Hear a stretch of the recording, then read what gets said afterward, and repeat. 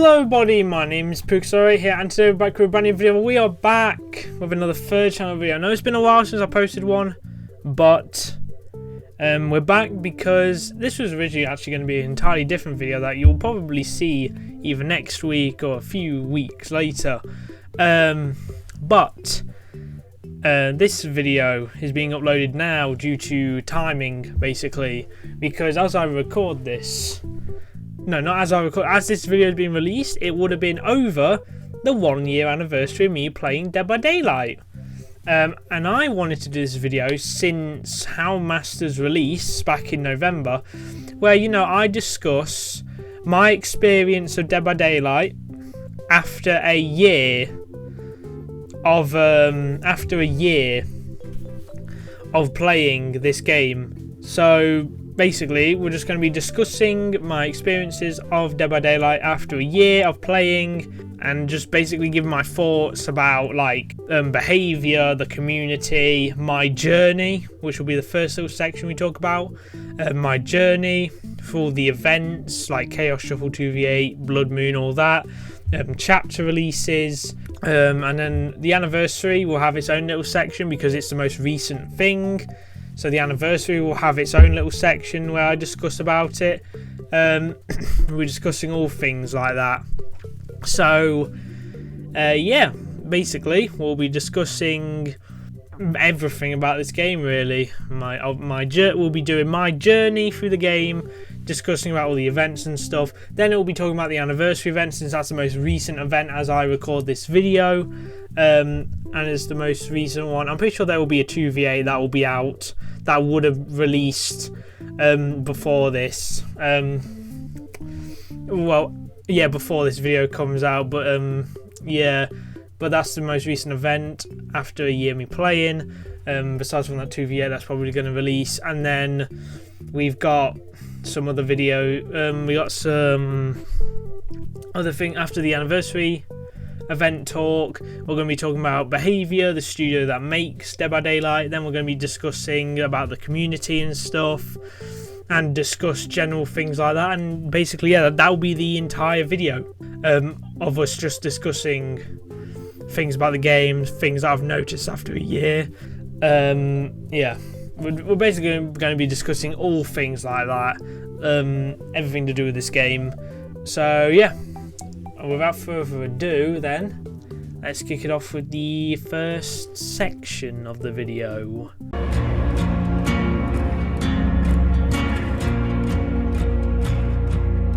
One thing I would like to point out before we start the first section is that all these sections were recorded at different times and at different points. So I referenced stuff like the upcoming Walking Dead chapter in another section, but in a previous section before that I talk about the upcoming chapter and then predict it being Walking Dead, which it turned out to be.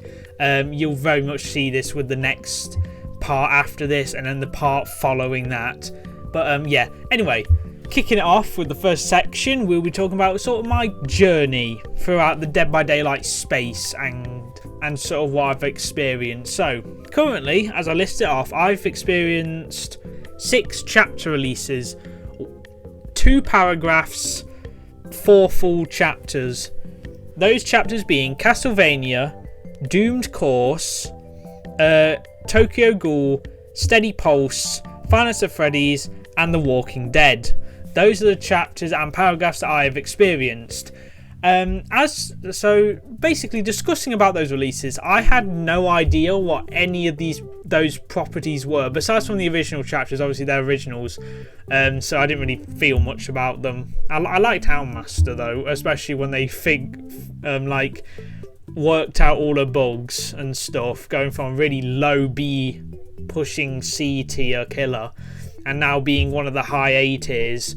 It's good, it's really good now with Houndmaster. She's had a full like glow up, especially with all the bugs being like worked out. But yeah, as for the actual license releases, obviously I know what Walking Dead is. I knew what Walking Dead was. I know what Five Nights at Freddy's is, if you couldn't tell from my, my channel. But yeah, I knew what they were. I didn't know what Castlevania was. I mean, to be honest, when Castlevania was going to release, it was like 7, because I started playing Dead by Daylight on the 10th of August, which was basically when the entire Final Fantasy 10-year anniversary ended, and I was like, you know what, I'm gonna finally buy Dead by Daylight. It's been sat on my wish list for ages now. I'm gonna finally buy Dead by Daylight. I've been meaning to buy it. I wanted to buy it, but now I know FNAF's coming to it. I'm gonna buy it and start playing it. So I started playing it. Had no idea what chapter releases and stuff were. So randomly one day I woke up and there was just a random vampire man added to the game. I was like, what? What is this? But yeah, there was just a random vampire man added to the game. I had no idea what that was. And then I did more research after that, and then I slowly from there actually started taking Dead by Daylight a little bit more seriously and started learning. And obviously there was Doom Course, then there was all the other chapters following. Tokyo Ghoul, I mean, I heard of it. I heard of Tokyo Ghoul before. I sort of knew what it was about, so when it came to the game, I was like, cool, neat. And then obviously we had the big boy chapter, Final Fantasy for the anniversary, which, to be fair, giving some of my thoughts now, I thought the power could have probably done a little bit better. I don't mind the axe. It's a nice callback to fans. People have been depicting Springtrap with an axe for years. So it was a nice callback, a nice reference. All in all, I found it fun, enjoyable. The axe felt nice, I guess. I'm a little bit disappointed. The security doors and stuff I'm fine with and stuff, but some of the bits I'm still disappointed with, like the cameras. The fact that you can be like tracked through walls and it's 10 seconds. Now I don't know if it gets increased by Eyes of Belmont. I hope it doesn't get increased by Eyes of Belmont. Even then, it's just an additional 2 seconds added onto the 10. So I guess it wouldn't really be that problematic. I mean, yes, it's still 10 seconds. But the fact that it can track you through walls, why? Why can it track you through walls? So I kind of wish... recently I did the player satisfaction survey, and they asked, what are some of the things you disliked about Springtrap's power? And I said, the fact that the cameras can track you through walls, I would rather it be just a clear line of sight with about a 32-meter range. If that camera detects Springtrap and it's a clear line of sight with a 32-meter range, then it reveals him after staring at him for like 5 seconds, right? But if he breaks line of sight, obviously that timer resets and you'll have to re-pick him back up. And you'd have to try and re-find him again.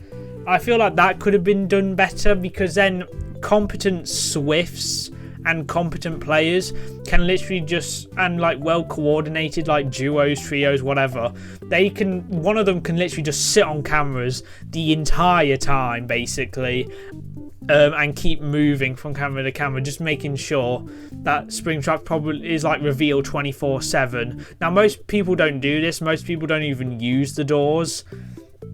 Most survivors don't even like use the doors or anything like that. But yeah, it's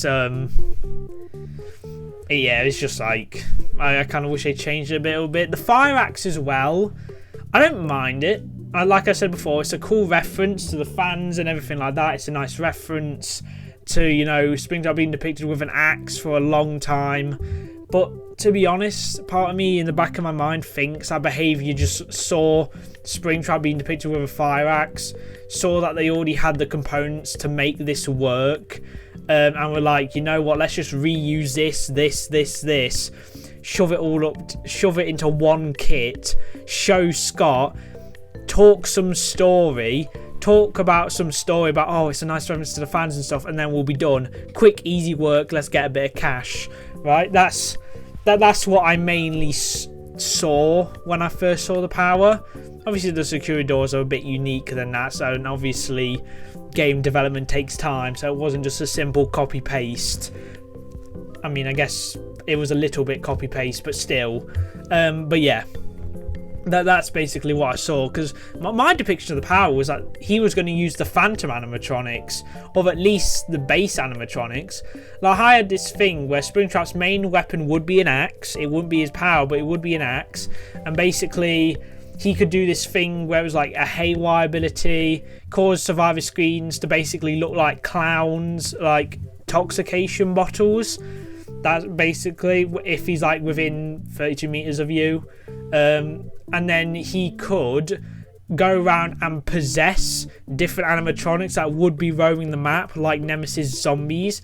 But when Springtrap possesses them, they have a they gain a terror radius, they gain a 4.6 movement speed to them when Springtrap possesses them.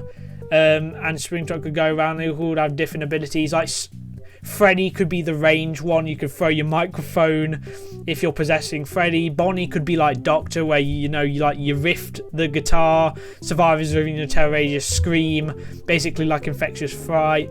Chica could work like twins, even though that'd probably be the buggiest part about this concept for Springtrap's power, where you could send out Mr. Cupcake, it would track down the closest survivor and like latch on to them without you having to control them, basically working a mix of like Victor and Snug from Doom Course and the Binding of Kin chapters, with the whole like twins and Hellmaster and all that.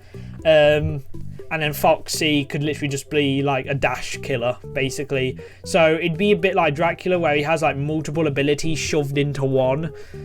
Or another concept I had was he used the Phantoms. So you could set Phantom Foxy on a generator. When a survivor interacts with it, they scream, revealing their location. There could be like arcade cabinets set around the map where Phantom Chica could basically be full on screaming, right? Basically it'd be what the Doctor does. Like Phantom Chica could have arcade cabinets set around the map, and if a survivor walks near it, Phantom Chica like jump scares them or something. And there's like a unique effect which is like sanity. It'd be like Doctor's. Wait, is Doctor's thing called sanity? I have no idea. Anyway, it'd be something like hallucination or sanity, whatever. You'd increase the meter. At 1 meter, if you get jump scared by like a Phantom animatronic, you get like hindered or something. I don't know. Phantom Freddy could be like roaming around the map and stuff, and it sees a survivor, chase it like Knight's Guards, and this would actually be like an M2 attack. Like, I don't know. Springtrap can send out Phantom Freddy like Knight's Guard. It basically like this new power, it would basically just be a reuse of different powers sort of combined together. Those were sort of my ideas. But the fire axe is still cool, don't get me wrong. I do like it. I just kind of wish it used different aspects of, actual like FNAF sort of lore and stuff. Not lore, but like use different characters, because I would have loved to see the Phantom animatronics used or something like that. Like you see red flashing lights in the corner of your screen when you're under like Springtrap's whole like ventilation error effect or something like that. Anyway, that was sort of just my sort of concept I had for the power. I don't dislike it, obviously, because I like FNAF. FNAF's probably one of my favourite franchises ever. But yeah, anyway, that was sort of my just sort of experience with Springtrap and stuff, and that was some of my experience with the whole chapter releases. I did also experience my first ever rework as well to Freddy Krueger. So playing him, and now I would say Freddy Krueger went from a really D tier killer to probably high A tier. I like Freddy. Freddy's really nice. Freddy's good. I say really nice a lot, don't I? But Freddy's good. I like him. He went from this really boring trap killer to now this really chase orientated killer, and I like that. I enjoy that a lot. So if they ever decide they want to rework, because now the only sort of setup killers are School Merchant, Trapper and the Hag, with the Hag being sort of the better of the two. All three of them could be using boss. I know School Merchant is getting a rework, and what it looks like is that School Merchant won't really be a setup killer anymore, where you set drones around the map. They'll be mainly like control, area control, zoning, things like that. She'll be mainly used for that. So after School Merchant gets a rework, Trap will probably be one of the weakest killers in the game, which means he'll need a buff and stuff as well. But yeah, anyway, I experienced my Freddy Krueger rework and basically all that. The events as well. I obviously experienced my first few events. Now I will say this to get it out of the way: Chaos Shuffle is ass. Like, I don't care. It was cool obviously the first few times I played it, but after a while they literally just used it as filler. in between like chapter releases and stuff. It was literally just filler content for people to do in between chapter releases, where literally Chaos Shuffle, I've heard people say this before, but I think Chaos Shuffle could just be like removed and I don't think anyone would complain. Like, you could literally add like this randomized button to like the game menu, so when you go select your killer, you can press randomize killer. You go select add-ons for the killer, you can select randomize add-ons. Same for survivor. You go to the perks and select randomize perks. Like, they could literally do it like that instead of having an entire game mode around it. The only thing that Chaos Shuffle is really good for is casual players play Chaos Shuffle more instead of the regular game mode, because it's more casual Chaos Shuffle. And one thing I will say now, which is sort of prevalent with all these events, that the event queue is really chill, really casual, and there's not a lot of sweating going on. As soon as you go over to the regular queue during an event, it's like all hell broke loose. You get the most sweatiest teams, the sweatiest killers imaginable. That's literally all it is throughout an entire event. But that's literally all it is. Throughout an entire event, the regular queue turns into the most sweatiest thing I've ever seen in my entire life. It's painful. But it's actually it's hurtful to play. It's hurtful to play the regular queue during an event, right? It's so painful. Like that's what I've noticed throughout every single event.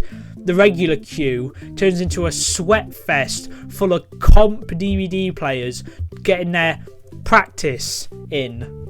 But anyway, moving on from that. Obviously, there's 2v8. I like 2v8. They said they're going to fix the queue times. Whether or not that actually works is an entirely different story. But yeah, from what it sounds like, 2v8 kind of going in the right direction, but the queue times turn into just... I sat there for an hour once for like a 3-minute game. Yeah, it was not fun. Anyway, queue times, I guess they're the only real bad thing about 2v8. As for everything else, I think 2v8 is pretty fun. I will say this, 2v8 is painful. And when they added Oni to the game, because literally during that entire 2v8 with Oni and Ghostface, all my matches were literally just Legion and Oni. That's all it was, and it got so boring to play against.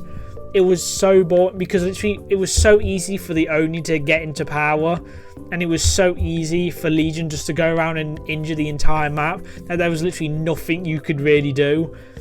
It was so painful. It was really painful playing 2v8 when Oni was added. Like, holy. I know when this video is released, before this there would have been a 2v8. Like after the Walking Dead chapter, I'm pretty sure at the end, there is a 2v8 coming up, like at the beginning of August, and it goes until like halfway through August. There's a 2v8. It might still be ongoing when this video releases, but I know there is an upcoming 2v8, which is also sort of used in between chapter releases.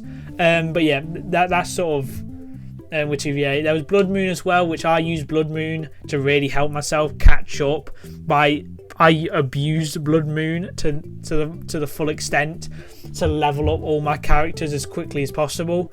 But yeah, there's not really much to say about the Blood Moon. But yeah, that is sort of my experience with the whole journey with Dead by Daylight. I didn't want to go into in depth with it, but because of the upcoming sections, we'll discuss more things about Dead by Daylight in general, like the whole behaviour section, community section. I didn't talk about the anniversary event. That's because that's an entirely separate section, because it's the most recent event as I'm recording this. So that's its entirely own section.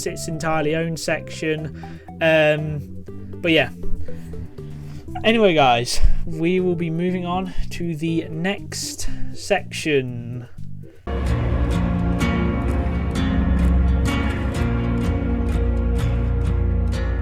Right, so moving on to my first ever experience with an anniversary event. Currently, as I'm recording this is the first part of the video I'm recording for this, because it's the most recent thing and it's fresh on my mind. So I thought I'd do this now. This anniversary event, it's good. Considering it's my first one, it's really good. I expected it to be I don't know what I was expecting, to be fair. I expected it to be more Survivor side than anything, considering what we had with that Blood Moon event. But this event has actually been really good. It seems sort of more killer-sided than anything, especially with the whole remote hooking and all that stuff. But it seems fairly balanced. It doesn't really seem like overtuned for either side. It just seems very balanced. But what I've noticed with this anniversary event, there seems to be loads of subtle cheaters in the game. I don't know what it is, but obviously, like I said earlier, with the Springtrap event, it seems like killer got harder. Gens were flying, killers were having a hard time. It seems to sort of calm down a little bit now. It seems to be getting somewhat back to normal, where gens aren't flying as much, I've noticed. But it seems like with this anniversary event, there has been such a rise of subtle cheaters. There have been many times where I'm playing a character, a cheater, I don't know if they were cheating or not, but like a survivor would vault a window. I have an image in my mind. I was playing Singularity. A survivor vaulted something and I proceeded to go into overclock. I spawned behind the window. They had already vaulted it. I then overclock vault. They run round the corner. I run round as well.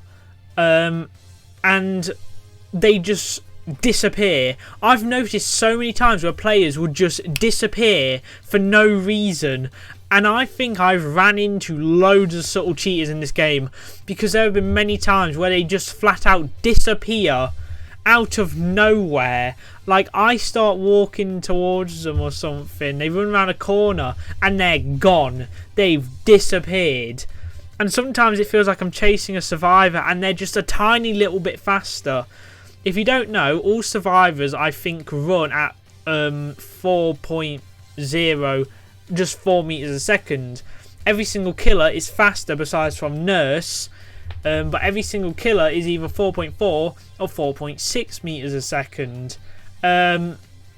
So obviously you're faster, but that's why survivors have like pallets and windows and stuff like that to obviously create distance between you. But it seems like some survivors like boost their speed up to 4.4 meters a second sometimes, because there have been many occasions where I'm chasing a survivor, and I've done this many times before on the same map, and I've got like that hit so many times before, but so for some reason on that specific one I didn't get the hit. So it seems like they're going just a little bit faster and stuff. I don't like, I've seen other people talk about it as well, but it seems like with this anniversary event there has been a rise in subtle cheaters, I've noticed. Especially for me, like there was a time where I'm playing Ghostface and I'm like crouching and stuff. I'm crouching and I'm like, oh, if I'm on a loop and stuff, I'm crouching around it, stalking my opponent, you know, trying to get them fully marked, so then it's a quick insta down around this small loop. There have been many times where I've done that, and then I go to do it with another, and then like I do the same with another survivor, and somehow they reveal me from a spot where in a previous match I wasn't getting revealed from. So that's probably another way to tell if you're being revealed from a spot that you know you're normally not supposed to be getting revealed by as Ghostface. It seems like some of these survivors can reveal you, which is from places that you've never been revealed from before, and you've done sort of like the exact same thing with other survivors in different matches, yet for somehow in this match specifically that survivor managed to reveal you from a spot you've never been revealed from before. I've noticed that so many times, especially as like Ghostface. I just think with this event there's been a rise in subtle cheaters. I've noticed that a lot more, but that's like my only thing really to say with the anniversary event, is that it's a good event. I like the bag of tricks and stuff. I like the invitations. They're a nice feature. But yeah, I've noticed like a rise in subtle cheaters recently, like where they just like disappear. They seem to be a little bit faster. They're revealing me as like Ghostface from spots I've never been revealed from before. It just seems like there's like a rise in them as I'm recording this during this anniversary event. And they did say in phase 2 that they do plan on fixing anti-cheat. I really hope it can detect these subtle cheaters, because honestly cheating is just so boring.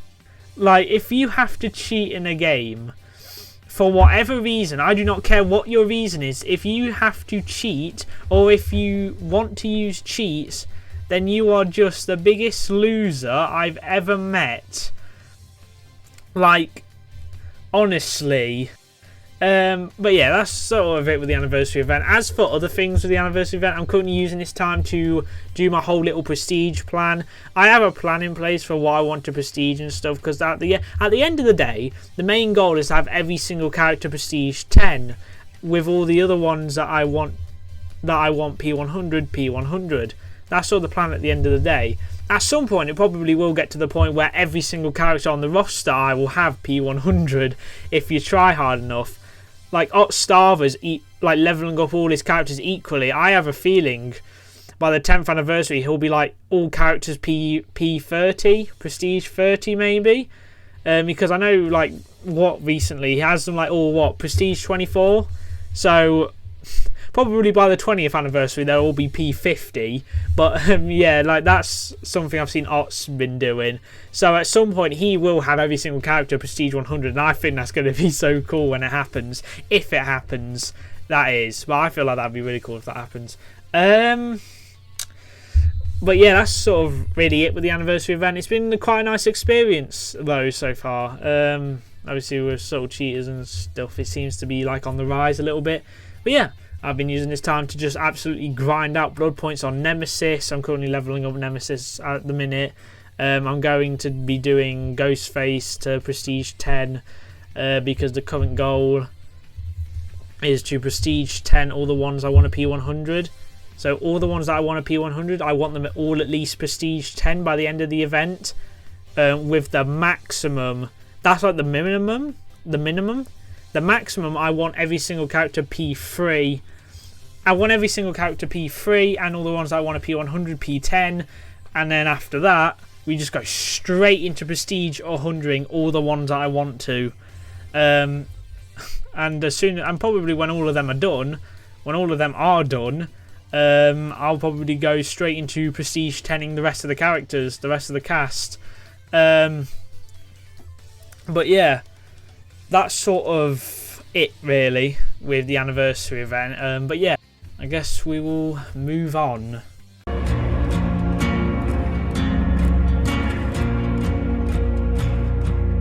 Right guys, so now moving on to the section where we discuss about behaviour and the community and things like that. Starting off by talking about behaviour themselves, the community will be an entirely different section since I am scared to talk about that section.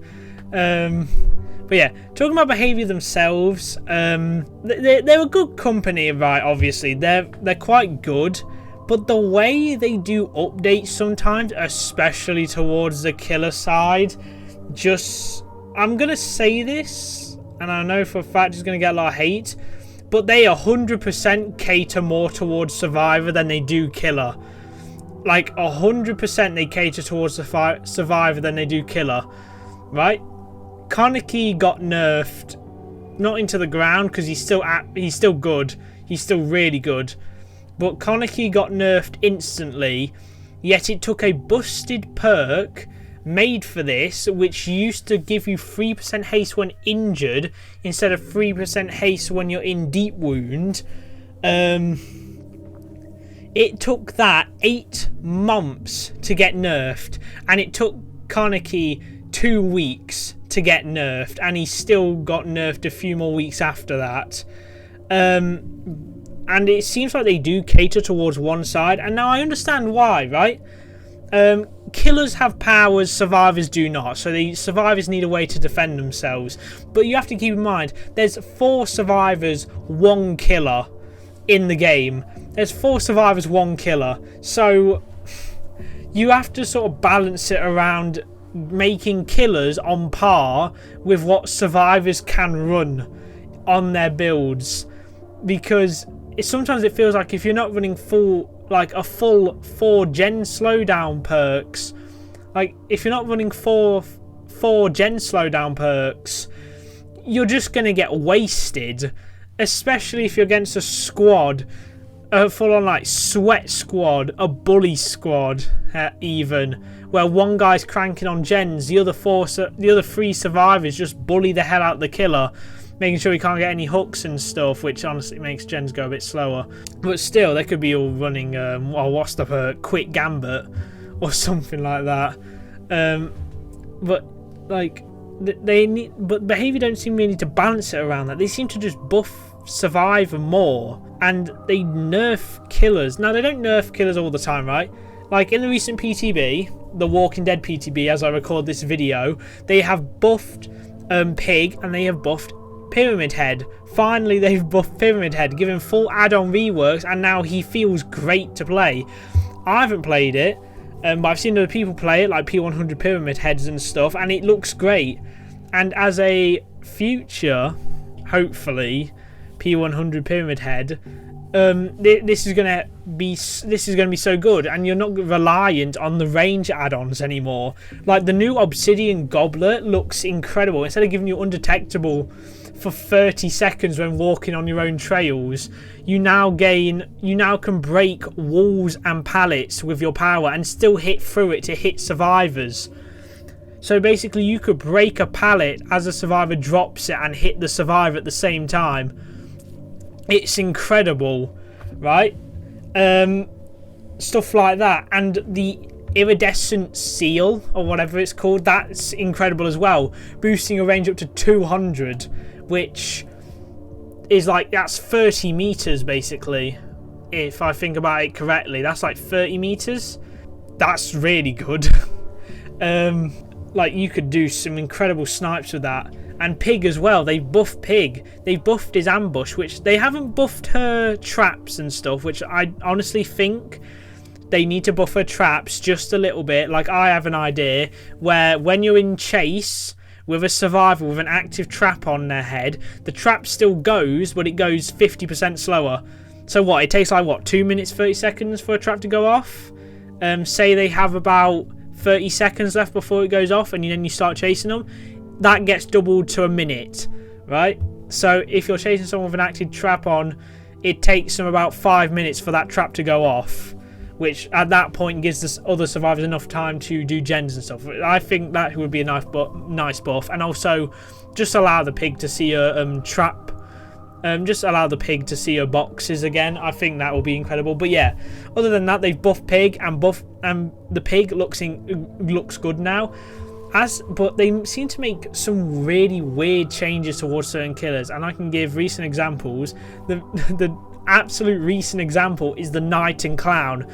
They have absolutely sort of gutted the Knight and Clown, and Clown has turned into throw yellow bottle, hold the W key, run a full haste build, and catch up to the survivors. That's all Clown has turned into. The purple bottles honestly look a bit but they're terrible now. And Knight, oh my god, Knight, they've gutted Jailer into the ground. Assassin, Jailer's basically useless now. Assassin is Assassin. Carnifex, it seems like they want you to use Carnifex for chase when he's not good at that at all. Most Knight players use Carnifex to break generators, pallets, breakable walls, not to use him for chase because he's slow. Like, it seems I don't know why they decided to go through with this. Nobody asked for this, by the way. I don't think a single person besides from 2% of the population of this game have asked for this. And I bet you that 2% of the population is whiny survivors who complain about every single killer they go up against. Besides from the rare, I don't know, trapper they can easily bully. Like the fresh installed trapper that they can easily bully. Like, that seems to be what they only can, like, it's weird. Why do it? And then in the Springtrap PTB, which thank God they didn't go through with these changes, they were going to gut basically all of Artis's add-ons and buff the add-ons that nobody uses, but still the add-ons that they buffed were still useless. So luckily they reverted on the changes, and I hope they revert the changes on Clown and Knight, because if they go through, they're going to be the least picked killers probably in the entire game. Well, not least picked, but they're going to be so bad to play, right, if those changes go through. So please, I hope they revert those changes, or at least make some of the buffs they've given to them, just remove all the nerfs and just give us the buffs, like, please. And it may sound like, oh, whiny killer main or something, and yeah, I will admit it, I'm more of a killer main than I am Survivor, but still I play Survivor from time to time, and the amount of times I've gone against, the amount of times I've managed to win is and considering I'm absolutely terrible, I'm terrible at Survivor, right? I suck at it, and the amount of times I've managed to win against P100 killers and stuff like that is incredible. Our team wasn't even that good. It was a full solo queue team, and half the time I've won against P100 killers who know what they're doing. Is incredible. Survivor just feels so easy, right? I'm gonna get so much hate for this, but like, it seems like behaviour holds Survivor's hands so much. But yeah, like, behaviour seems to just hold Survivor's hands so much sometimes, and I feel like it needs to get toned down, especially with that new fog vial as well, right? I would have mentioned this video is coming out before another video, before another Dead by Daylight video that's coming out on the main channel. This video is coming out before that, which will be me doing an anniversary event video, but I say at the end of that, like a little section where I talk about my thoughts on the PTB, and I'm going to give a little bit of my thoughts now, but most people don't know because I haven't mentioned it once, but I wear glasses, not really for distance seeing, but mainly so I can read stuff at distances. Like, I can see, I can look out my window right now, I can see that house over there basically perfectly fine. Yeah, it's a bit blurry, but as soon as I put on my glasses, it all turns nice and sharp. It's like I went from low graphics to high graphics. That's basically what it is. And I can I can see it better with glasses on. But without glasses, I can still see perfectly fine. But say there was like writing over there and stuff, I wouldn't be able to read that without putting on my glasses. So that's why in some horror games, like Roblox horror games and stuff, I turn my graphics down to like 3. It's because then I can see in the dark. Because darkness and stuff, I'll give you another example. In the Coldwind maps, the corn, if I'm looking at that corn at a distance, I cannot see anything because it just blends together. So I can just not see anything through the corn. That's why I hate playing on Coldwind maps. And that's why I'm very glad, even though it doesn't show up in the videos, that's why I'm glad I found out how NVIDIA filters work. Because now I just turn on my NVIDIA filters all the way up to make it brighter and easier for me to see in maps. And it's been helping me out a lot. It's been helping me out so much. And I'm very glad for it, because not going to lie, the gamma settings they added aren't really that I thought they'd be better, to be fair. Like those gamma settings they added. But yeah, even though it won't show up on video, I do use NVIDIA filters because Bandicam just records the game. It doesn't record my entire screen, so the NVIDIA filters don't actually show up. That's sort of why, really. That's why it looks different from when I play to the video. But yeah, that's sort of it. But that fog vial, if I have... that's going to cause me probably so many issues with that. I don't know, like, I haven't actually tested out that much because I haven't played the PTB because I can't be asked to download it. But considering all of that, I think that fog vial is actually going to mess me up a bit. I think that fog vial is going to 100% mess me up so much. Like, it wouldn't be that bad, but the fact that you can make add-ons to make it incredibly thick to the point where your Survivor needs a white outline for you to be able to see where you're going, I feel like that needs to be nerfed to something. And also the fact that it can take up almost half the map.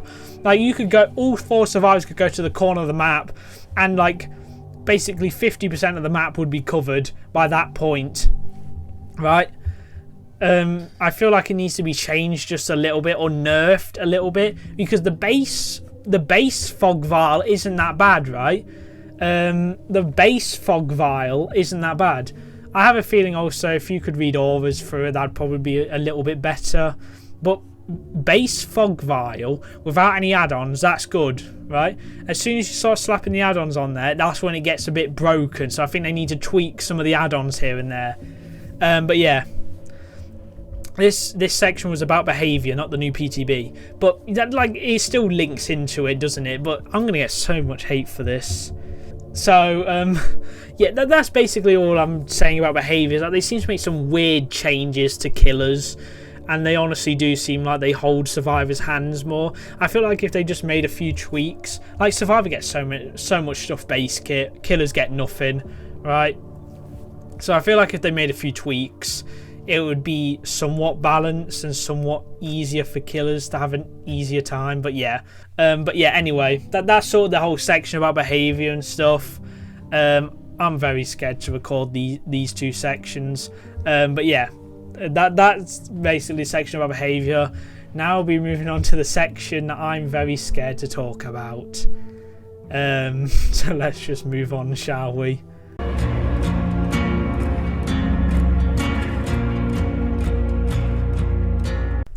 Right guys, we are now moving on to the final section of the video where we will be talking about Dead by Daylight's community.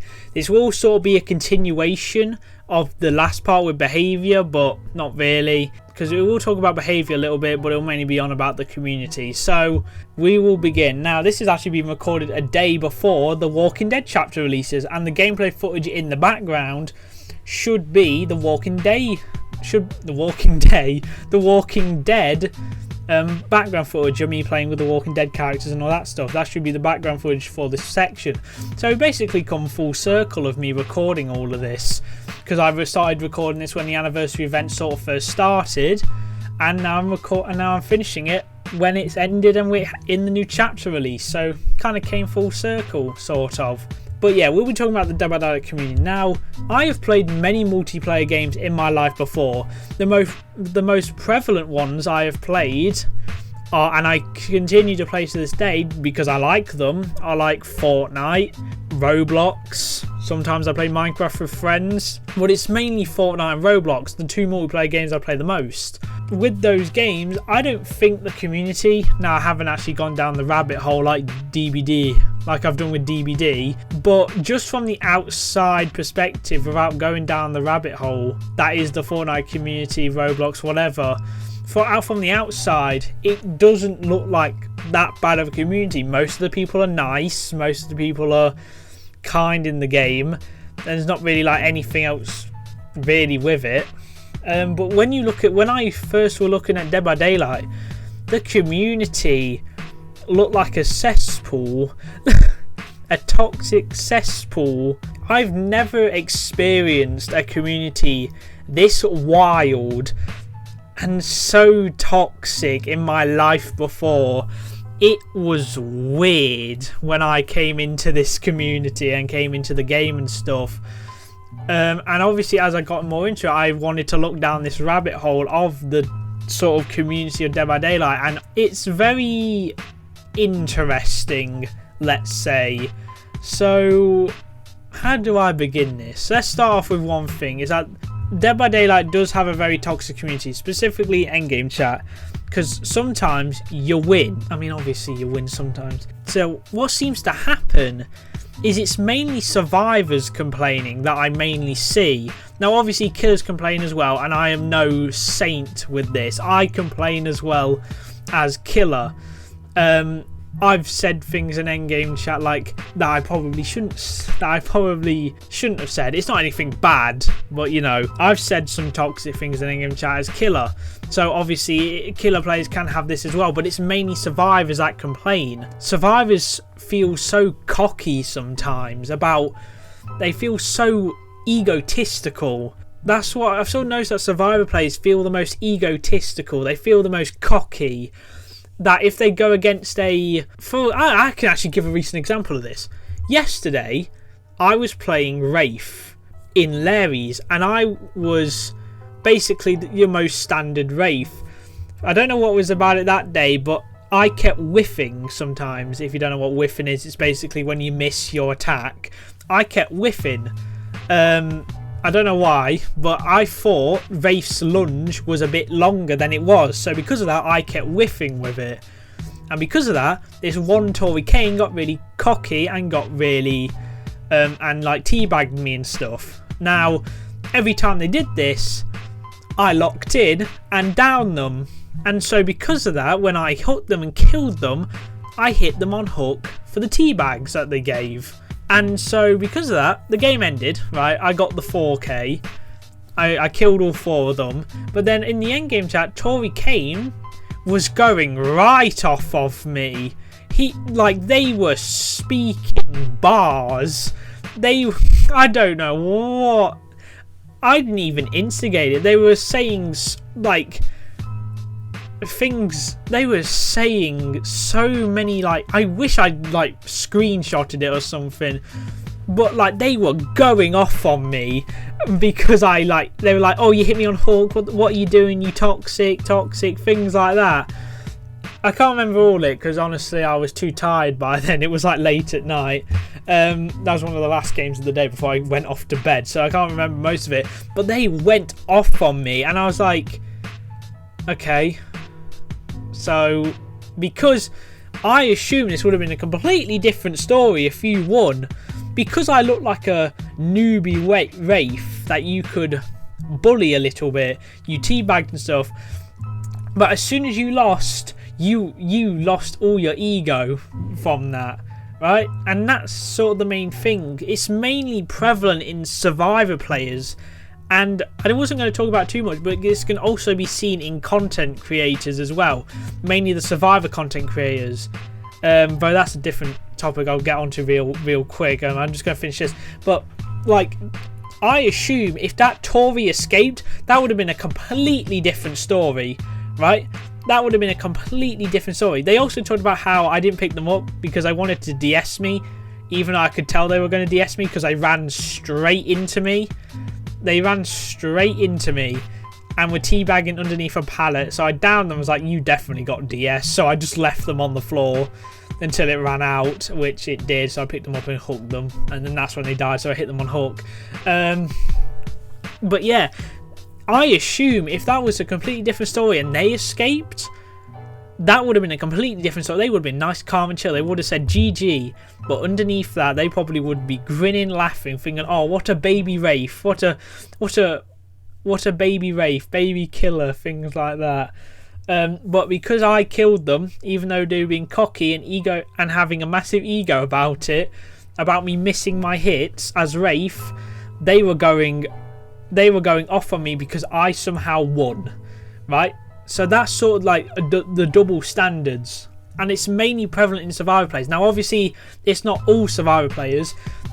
Killer players do it as well. I've seen plenty of killer players do it as well, where they go off on people for losing and stuff. And I'm not safe from this. I've done it as well. Like, if I've not killed anyone, but I've at least hooked all of them to second stage, I feel good about myself. But if I've gotten like 4 hooks and all of them got out, I do feel a little bad about myself. You know, I do feel down. Like, oh, I bet you they're laughing at me and stuff. I bet you they think I'm like terrible. I do feel bad. So obviously after those games, I'm like, oh, this game's so Survivor sided. Start absolutely typing that out in chat. When realistically, I don't think it's either sided. Now that's a completely new discussion for a different type of video, which I am not going to make. I think this game is neither sided. There are maps which are Survivor sided, and I will admit there are no killer sided maps at all. There are some for both sides that are balanced, but most of the time it is Survivor sided maps. I wouldn't say there is a single killer sided map, to be honest. But I would still say this game is somewhat fairly balanced, but it all depends on what you go against. I'm getting a little bit off topic, but yeah, survivors seem to be the most prevalent though, that do this toxic behaviour And that's what I've noticed, that Survivor seem to be the most prevalent at this, where, oh, they have a massive ego at the beginning, teabagging, whatever, and then as soon as they get killed or something or whatever, they start going off. I had a Feng Min that went off on me once because I threw the match. Basically, I had this Feng Min player go off on me once because I sort of threw the match. I hooked this Nancy, right? And so as I was picking them up, this Adam tried to flashbang me but missed. I hooked the Nancy, and because I thought Adam was healthy, they were injured by the way, because I thought I was playing a Springtrap on Father Campbell's Chapel, but because I thought they were healthy, I thought, oh, there's no point in me chasing that. It's probably better that I go to the generator that I saw Feng Min working on and get them. So then I go over to them using the doors. I get there and they pop the gen in my face. Not really in my face, they pop it as I get there. And they had adrenaline, so they went from healthy. No, they went from injured to healthy, and I was like, oh. And then I looked at the thing, I was like, oh, Adam was injured. I should have went for him. I could have got a 3k. And obviously Adam saved the Nancy and stuff. But what ended up happening is I ended up killing the Feng Min and stuff. So, yeah, but because of that, this Feng Min started going off on me as well. They call me a terrible killer, you threw, you're bad, and all that, you like trash and stuff. And they were talking about, and I was like, yes, I did throw because I didn't realise Adam was injured. But they were going so off on me because I killed them specifically. Because I killed them specifically and let Nancy and Adam sort of escape by me messing up, they started having a go at me when technically it was no one's fault in that situation. I made a mistake. So, and it wasn't even that big of a mistake because I still got a 2k, which is still a tie at the end of the day. So no one lost or won. So it was still a tie at the end of the day. But this Feng Min started going right off on me. So it's mainly Survivor players that seem to have this egotistical, toxic mindset that they portray onto killers. And as I said a little bit before, this can sort of be seen content where you have the killer content and stuff. Some of it's chill, like Spooky Loops. Spooky Loops is chill. He's a killer main. He's quite chill about it. I like Twins main Sage. I like Ots. But there's some Survivor content creators that seem to have like a massive ego about things where they seem to have a massive ego about things. Now there are other things with content creators and stuff, like doing the same vault speed build over and over and over again. They seem to do like the same vault speed build over and over and over again. They always have like these all flashy sound effects and everything in their videos every like 2 seconds. But most of the time some survivors do have a bit of an ego sometimes, and you can see that in some Survivor content creators. Like the killer will make one simple mistake and they do like this very fake laugh or something. They do like this very fake laugh about it and everything, when they've probably seen it like hundreds of times. Like a killer accidentally swings as they drop a pallet and the survivor's like giggling to themselves and you can probably tell like half of the time it's fake when they've seen it like millions of times before. And sometimes they do promote some interesting behavior sometimes, but yeah, that's mainly it about that. There are some other things to do with content creation, but honestly I can't be asked to get into it. There's like the compilations. There's like compilations and stuff like that, and there's all sorts of things. I can't really be asked to get into it, but you can go watch another video about content creators in Dead by Daylight. Like I can't really be asked to get into it that much, but yeah, that's sort of it with the community. It's very much, I wouldn't say there are some good eggs in the community, right? But there are some bad ones. Like it's mainly Survivor players as well, I see, that are like all these, they're toxic, egotistical, things like that. There are some killer players as well that do it. Obviously, like I said, I outed myself. I do this as well, but I am trying to get better at controlling the anger I have in this game. there are many, I think, because Dead by Daylight made me feel some type of anger that I've never felt before.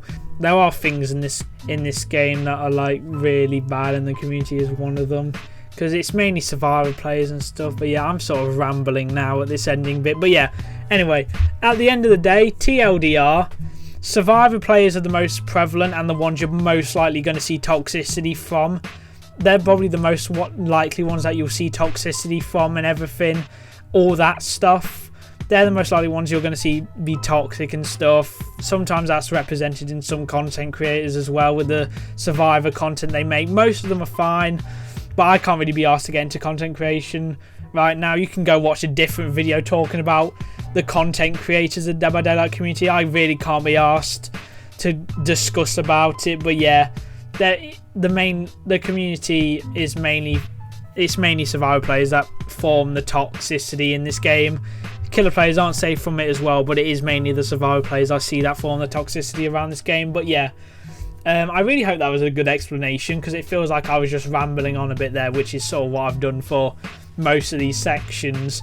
I have gone back and re-recorded a few of them though, just so then it makes a bit more sense. But yeah, I feel like this one was good though. But yeah, sorry if I rambled a bit there, but it's mainly from what I've seen about the community. Obviously there's other things about the community, but yeah, that I could go into. There are other things about the community that I could go into, but I really can't be asked to go into it right now. If you want to go look about content creators, which is like the next big thing about the community that I was sort of going to talk about, but I couldn't be bothered in the end.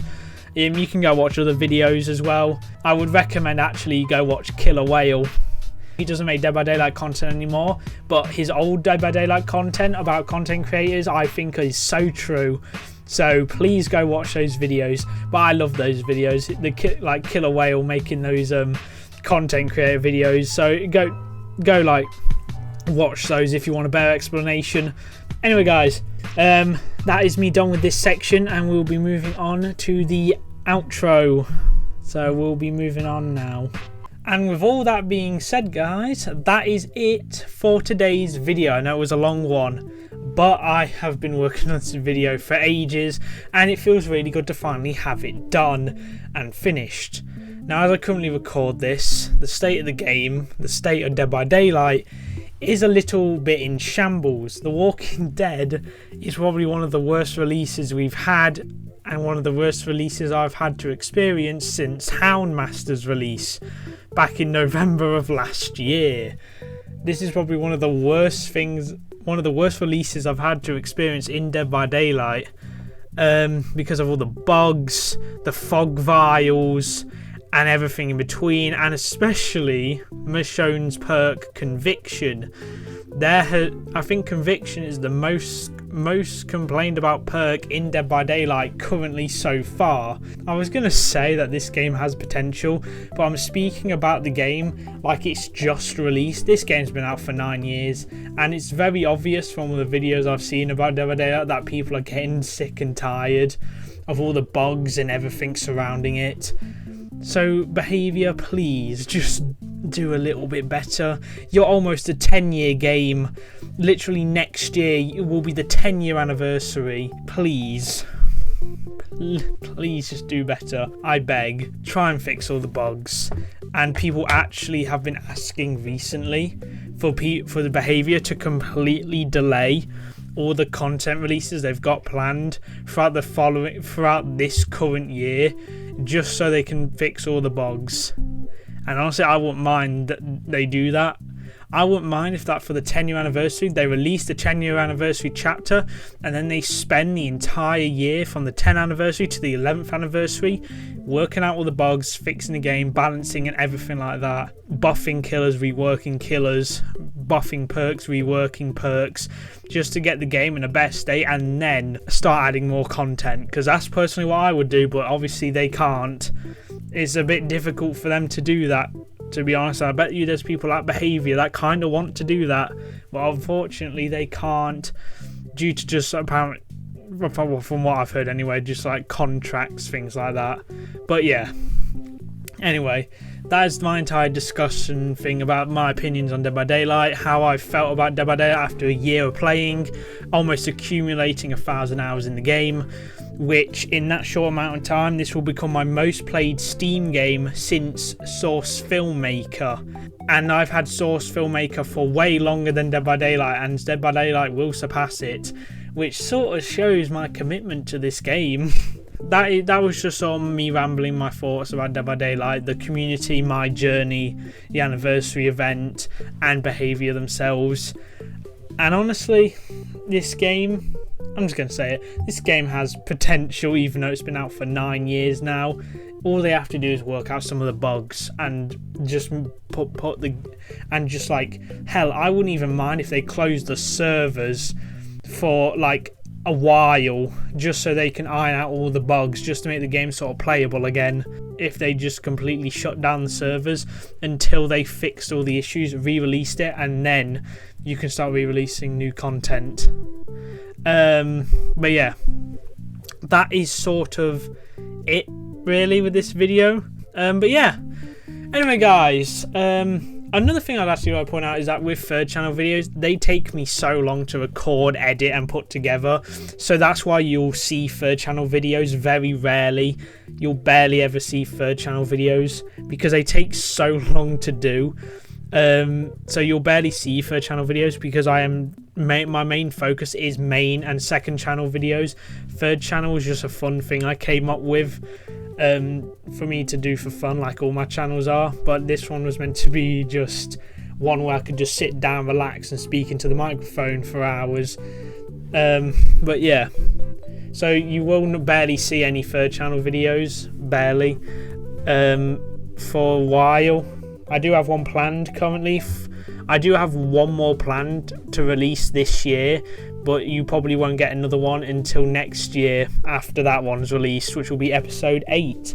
This is episode 6. Episode 7 will be later this year, sometime probably in November. And then, yeah, episode 8 would be next year. But yeah, anyway guys, I really hope you enjoyed today's video of me just discussing my general thoughts on Dead by Daylight after a year of playing it, all about the community and things like that.